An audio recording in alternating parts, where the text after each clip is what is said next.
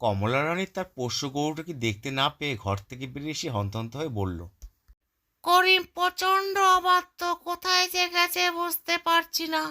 করিমকে সবসময় শাসনের চোখে চোখে রাখতে পারি না, ও কোথায় যে খাবারের জন্য চলে যায় বুঝি না। আজ আসুক করিম, তারপর ওর ব্যবস্থা করছি।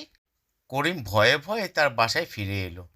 সে মনে মনে বলল, উরি বাবা রে, দেখছি তো গিন্নিমা খুব রেগে আছে, একদম তেলে বেগুনে জ্বলে আছে, আমাকে না পিটানি দেয় গিন্নিমা।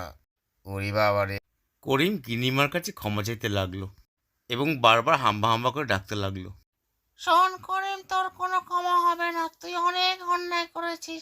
তোর এটাই শাস্তি, তোকে আমি গোয়াল ঘরে রেখে দেবো বেঁধে। তুই যে কতটা অবাধ্য করো তা আমি ভালো মতন জানি। তোর এই অবাধ্যতার জন্যই আমাকে সারাদিন চিন্তায় ফেলে। আজকে তোকে শাস্তি দেব। করিম গিন্নিমার রণচণ্ডীর রূপ থেকে খুব ভয় পেয়ে যায়।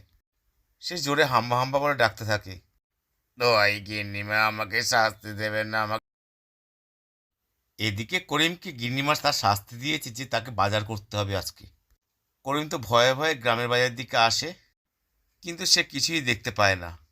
তখন করিম মনে মনে বলে, গিন্নিমাকে তো দেখলাম, আমি দিল আমাকে বাজার করতে, কিন্তু এখানে তো কেউ নেই, এটা বা কে? করিম বাজারে এসে জোর গলায় বলে, আরে সব বাজারের লোক, তোমরা কোথায় বা গেলে? তোমাদেরকে তো দেখতে পাচ্ছি না। শোনো দাদারা, আমাকে গিন্নিমা দিয়েছে একটা দায়িত্ব, আজকে সমস্ত বাজার আমাকেই করতে হবে। তোমরা যে যা কোথায় আছো, তোমরা সব চলে এসো, আমাকে বাজার দাও।